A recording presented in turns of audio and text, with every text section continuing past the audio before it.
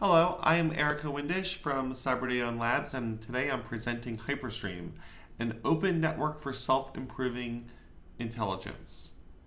Hyprstream supports open or private weight models that improve themselves from real use, served behind a standard API owned by you, and federated across nodes. It is self-improving, sovereign, federated, and open. There is no lock-in. You can run this local, connect to it in the cloud, or both. So it is designed for hybrid meshed operations. You run inference, training, and container workloads anywhere. Everything is a file. Everything federates. This includes your models, your tools, your workers, repos, streams, and network. At its core, Hyprstream is a Plan9 agentic operating system. It is built on Wanix, or at least interops with Wanix. Wanix runs for browser nodes. We also have some limited capability where we're experimenting with running Wanix within the backend within containers as well. But most of the Plan9 capabilities of Hyprstream are native to Hyprstream. And Wanix is a compatibility layer for some nodes and some node types, such as those running inside of browsers. Because it's Plan9, everything is a file. Models, streams, tools, Git repositories, Git work trees, containers, micro VMs, networking. Systems nodes are addressed by identity, not by hosts. This allows machines to dial each other across NAT, network address translation, across firewalls. Everything is pinned to an app proto identity that is the root of the identity federation. Machines can talk to each other peer-to-peer using IRA. This is a quick-based solution for networking. It's UDP but reliable. And you dial through a ED25519 curve key. And we also support MOC, Media Over Quick. This is a CDN fabric. There are public CDNs such as Cloudflare that support this, and Cyber Labs also operates quick relays.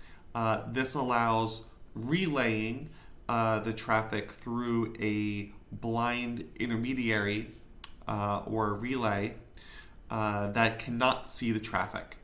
One thing to note here is, and I get into this a little deeper in, is that the ED25519 dialing used by IRA is not post-quantum secure. However, there is layered post-quantum identity inside of those tunnels. We actually treat the IRA connection itself as if it were a plain text or clear text connection, because it is not post-quantum ready. The post-quantum connections happen within. The browser is a real node, a high-performance bus for real AI workloads, able to move tensors, tokens, BO, world model frames between the model, your GPU, and your UI. The browser can run a Wanix kernel with optional Linux support, running, again, fully in your browser. High-performance RPC with shared array buffers for DMA transfers between tasks running inside the browser, and rapid access to the RPC networking layer. And that networking layer is browser native. It's quick over web transport. We also have a mechanism that can perform tunneling over WebRTC as well for more constrained environments. We've actually developed, it is an optional feature, but we've developed a Tor in the browser that can connect from the browser through WebRTC proxies into the Tor network. However, the Tor network does not support Quick, so those things are not fully interconnected at this point, but that's one of the ways in which we're looking at expanding the capability of connectivity to users wherever they are or wherever their applications live with security in depth. Hyprstream includes a shell built for tools. Plan9 typically includes the RC shell, and that's certainly available within the Wanix environment. And we may add an RC tool into Hyprstream, but currently our shell is actually based on the tool command language. This is a fairly old language that's not super popular today, but was designed for the intent-based programming and string, tokens as string paradigm that AI has kind of brought back into vogue. Tool command language was kind of special purpose built for these problems a long time ago. So we've adopted it and we've made it Plan9 native. So all of the TCL syntax is also available as files. So as you write or run, or your agents write and run TCL scripts, right? These are shell scripts. The syntax itself is also represented within the Plan9 file system.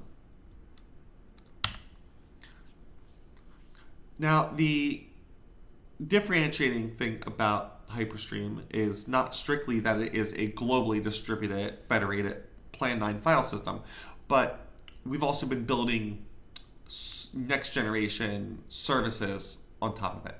So Hyprstream was designed originally, the intent was to create agentic recursive self-improvement. So we've created the step process. You stage changes, you train them, you evaluate them, and you promote them.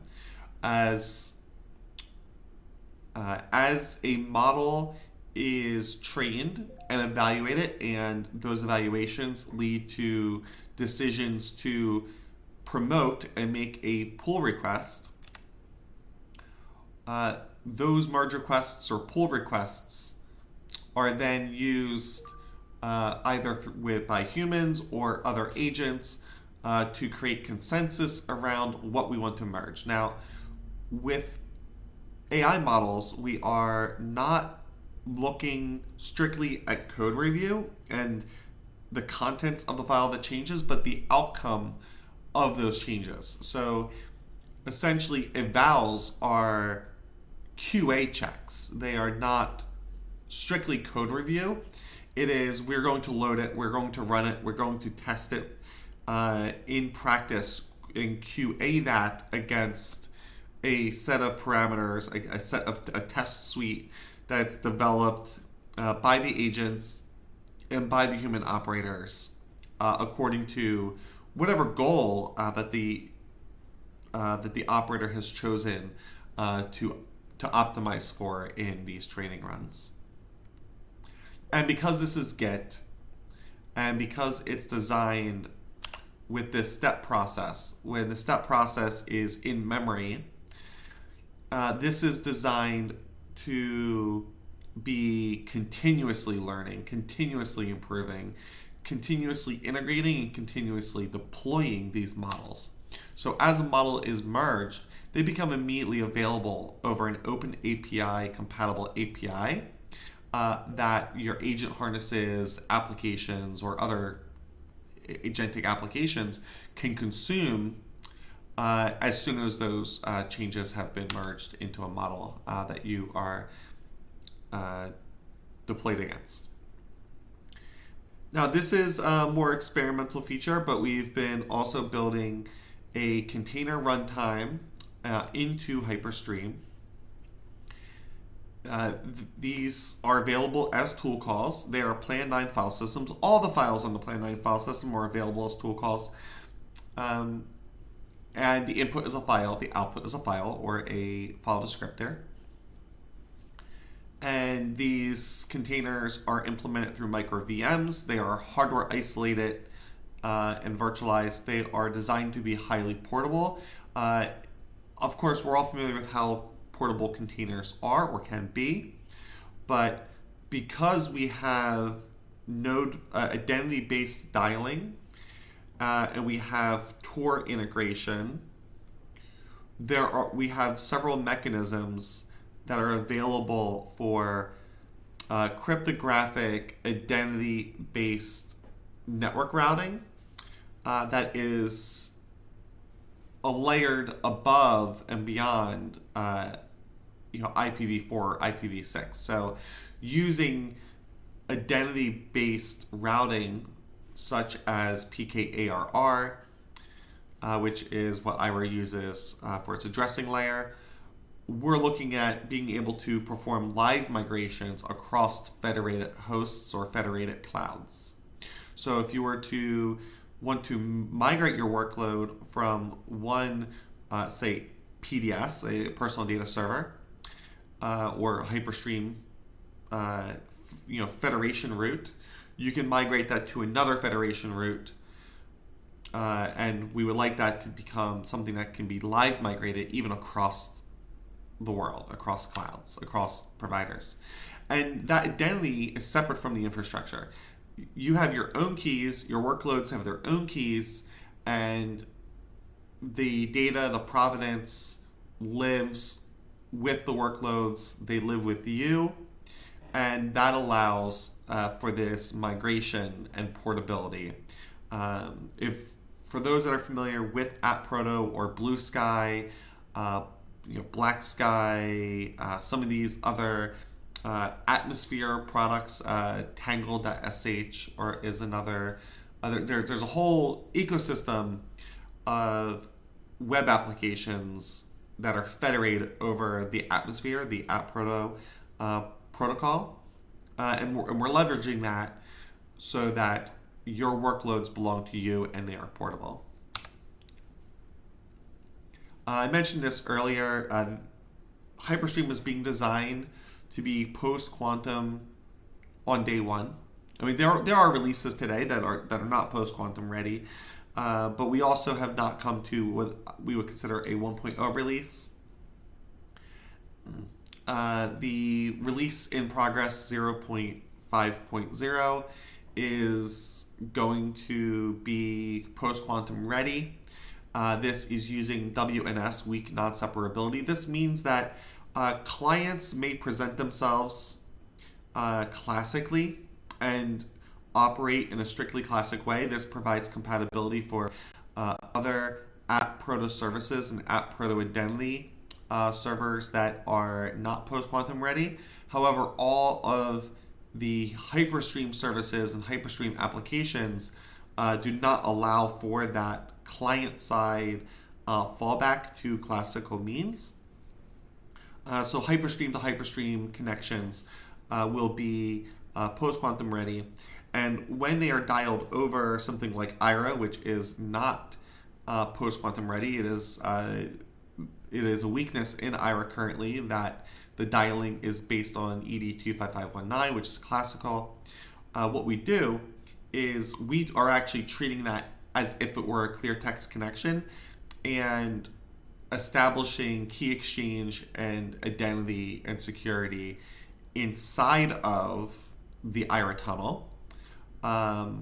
So we have security in depth that ensures the post-quantum readiness, even within a classical outer transport. Every step is observable. OpenTelemetry has been deployed throughout the code base and can be used for auditing, tracing, metrics, logging.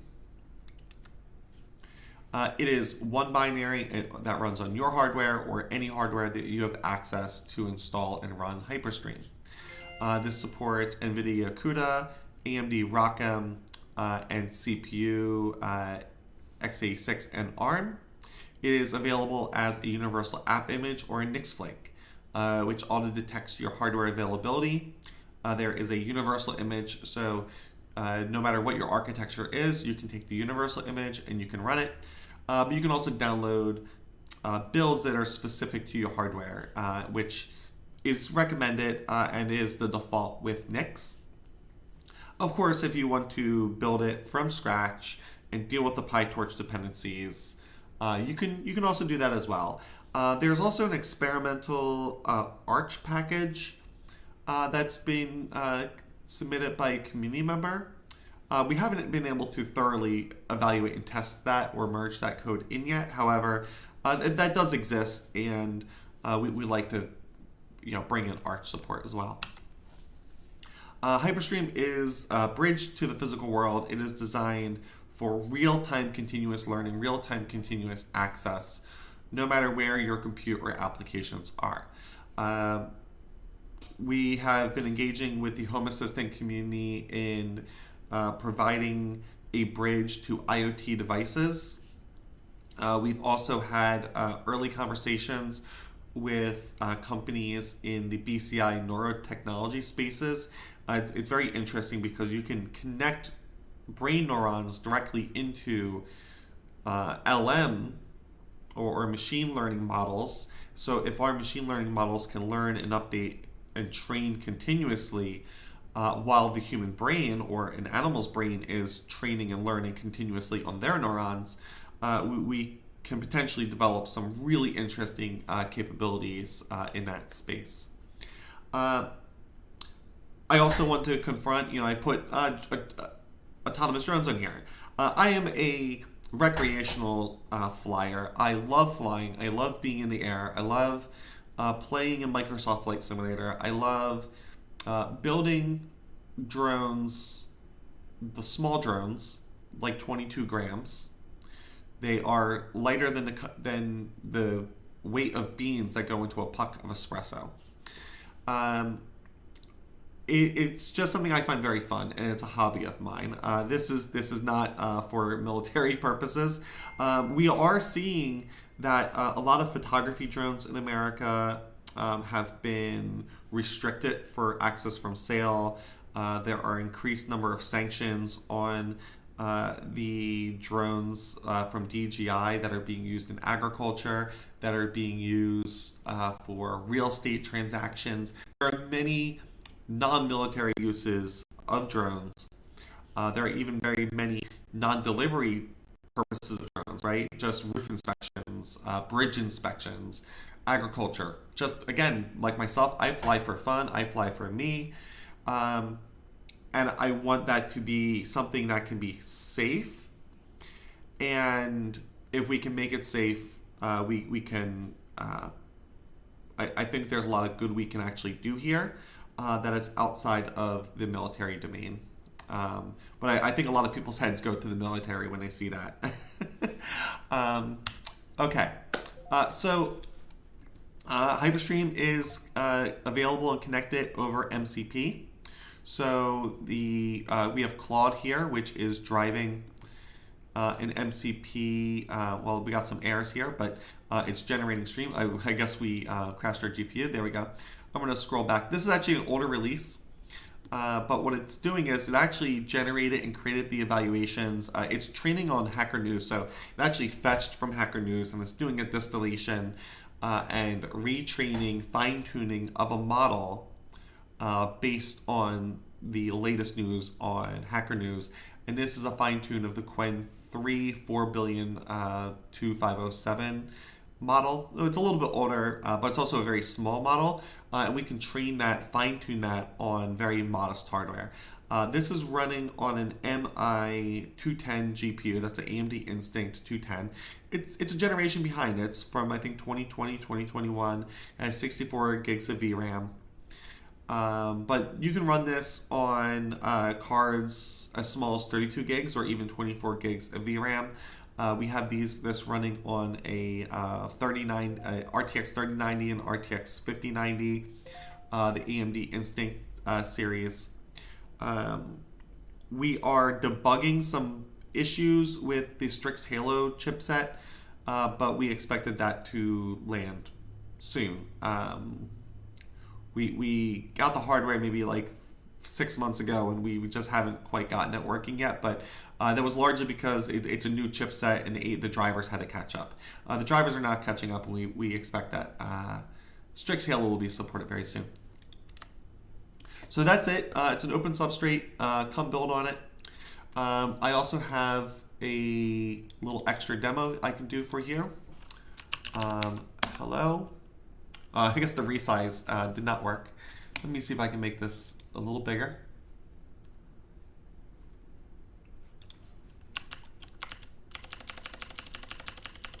We'll make that quite a bit bigger. Okay. All right. We'll say hello to my I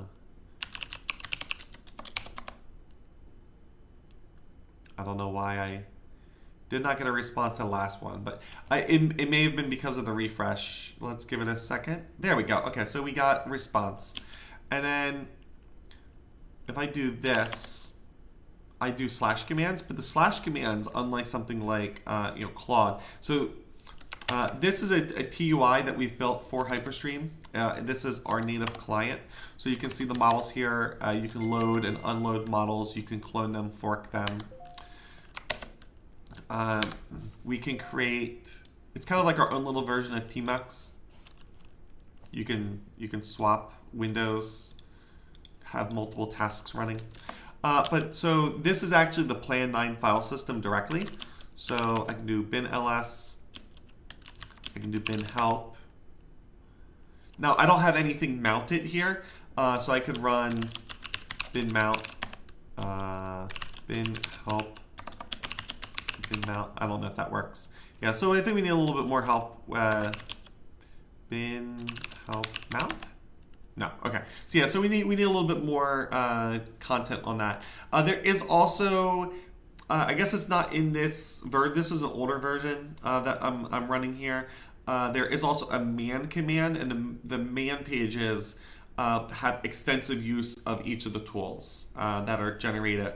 So all of these tools, all of the Plan9 file system is actually a reflection of the RPC mechanisms and the Captain Protocol schema. So everything is strongly typed and associated with Captain Protocol schema. That is all binary encoded and zero copy opportunistically. But yeah, so this is there's a Plan9 file system here, and so you want to provide additional MCP tools or additional agentic tools, you simply mount them into your namespace. This namespace has, as you can see, very little into it currently, but we can expand that as a user might want. So let me just see. Okay, we don't have anything in env either, or env is freezing. But that is Hyprstream, and we're making a lot of progress. It is still it's still early. We are, I would say, post prototype, pre MVP. That this is kind of where we are in shipping the MVP and making this something that anybody can build, run, and deploy. You can check out our GitHub here. This is our README, and you can download it right from our GitHub. This is our 0.4 release. This is actually the version that I was just running. Even though we just released it this week, we actually kind of cut this a month ago or a couple months ago and put some bug fixes in. We've been primarily focused on the 0.5 release, which is what introduces the app protocol support and federation. Thank you very much.